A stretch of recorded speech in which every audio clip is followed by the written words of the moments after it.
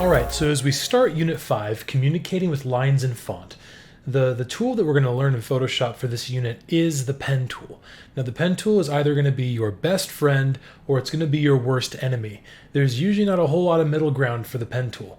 Now in most cases, every time students start to learn the pen tool, there is some frustration on the learning curve.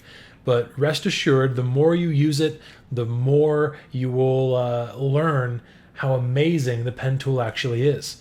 Now, for some of you that are thinking, you know what, let me just get through this and then I'll never have to see the pen tool again. You'll actually see the pen tool in almost every program that Adobe makes. You'll find it in After Effects, you'll find it in Premiere. It is the main tool in Adobe Illustrator, so you really can't escape the importance of this tool. And it functions very much the same way in every program. The pen tool is much like the brush tool, where we can do selections with it, we can do isolations, we can even draw with it.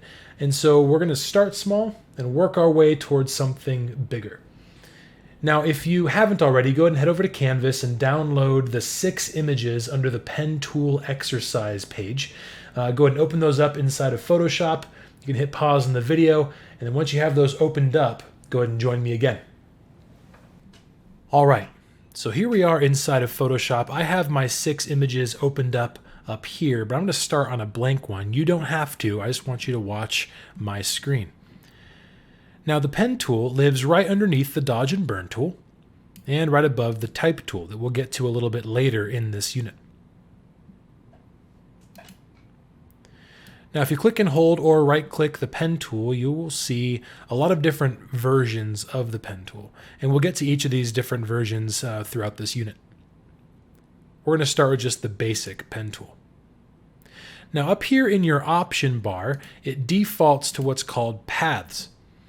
Now this is a very important distinction to make in the option bar. It defaults to paths, but paths are not going to be what we want them to be up front. In fact, we haven't even learned what paths are. So we're going to start with drawing with the pen tool, but to draw, we have to make sure that this is set to shape. Now, why is this so important? Well, with the frustrations that we may have with the pen tool, we could spend minutes or hours thinking that we're actually drawing something, when in fact we're drawing paths. The two function the same, but they will be entirely different in how they look. So if we think we're drawing and it's not set to shape, we're not drawing. So go ahead and select shape. Now when you select shape, your option bar will give you fill and stroke.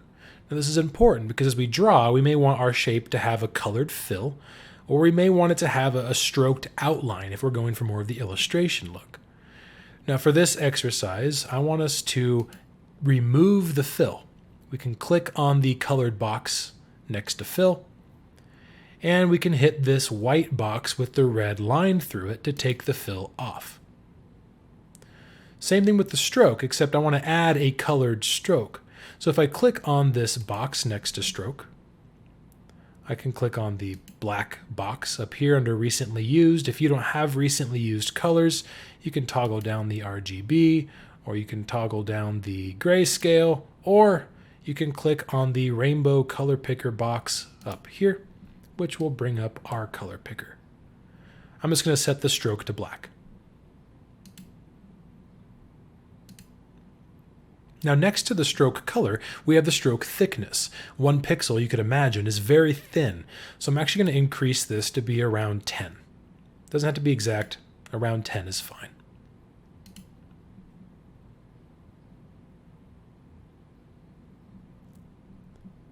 Now the pen tool works in a series of clicks, so for this part, just go ahead and watch me. If I click once with the pen tool, notice how nothing is drawn. I've only created a point. And if I click a second time, anywhere, it will create that line. I've essentially drawn a line. If you look over in our layer panel, you can see that we've created what's called shape 1. And we know it's a shape because of the little icon on the layer thumbnail. If you guys ever see that little squared icon, that means we are working with shapes. Now the pen tool kind of works like the polygonal lasso tool in the sense that if I keep clicking, it's going to keep drawing straight lines back to the beginning. Now, this is great, but this isn't where the pen tool shines.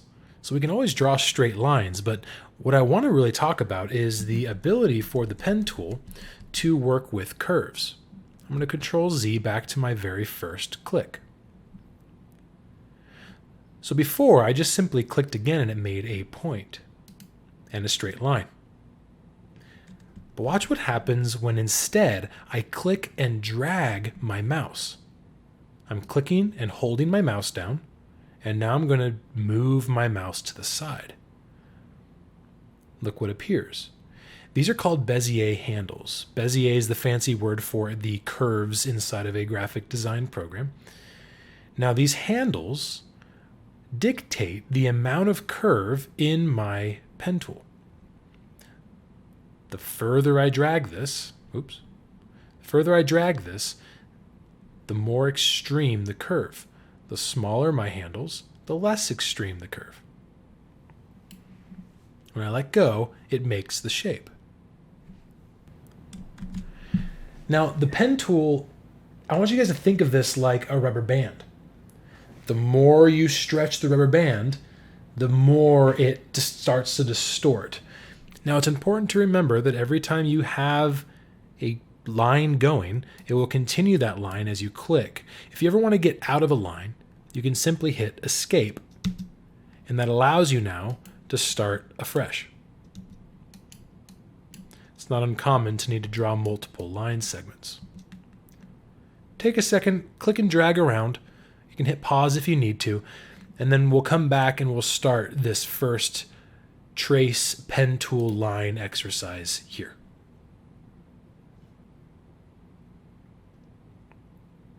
Okay, so now that we're back, I want us to make curves that match the gray lines that I've made for you guys here. So again, we're going to use a no fill shape and a stroke, a black stroke that's around 10 pixels in width. I'm going to start here on my very first curve. I'm going to click once. Don't click and drag, just click once. Notice it already started to make a shape in our layer panel, and that's great. Now I'm going to come up here to my next curve, and I'm going to click and drag as I'm holding my mouse down to match up this curve. Once you have it matched up, you can release your mouse, and it makes the shape, and then hit Escape. Go ahead and try that now.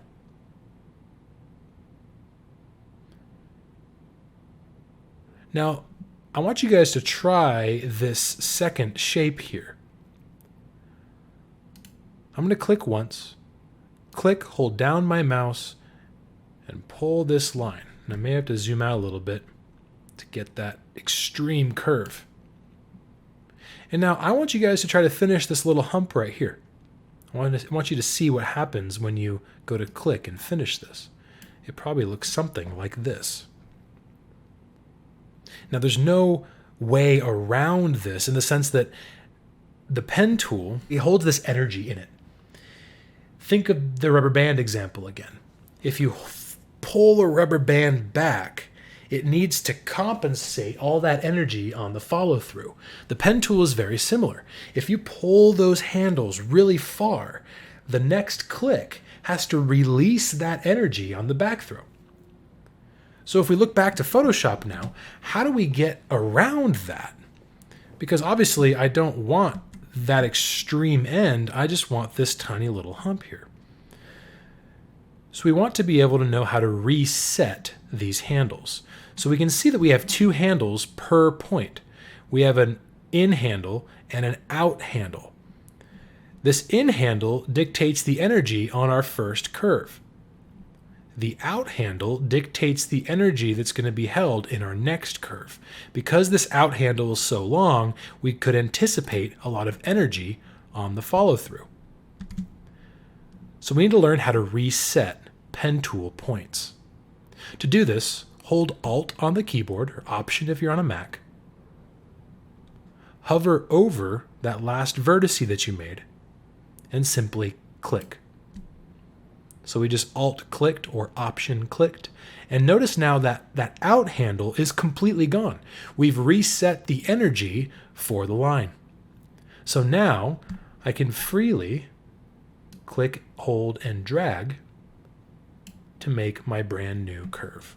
I'll hit escape, and now we've done it.